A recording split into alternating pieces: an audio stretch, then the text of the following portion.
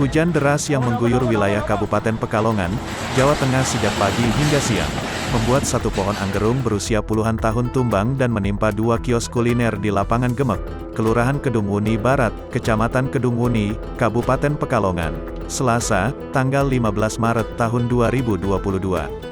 Pantauan tribunjateng.com, pohon tersebut menimpa kios nomor 7 dan 8 yaitu warung makan dan warung ayam bakar.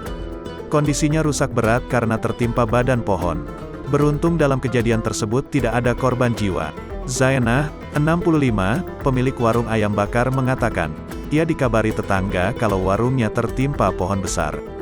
Dikabari itu pas zuhur. Setelah dilihat warungnya remuk semua beserta barang-barangnya, kata Zainah kepada tribunjateng.com.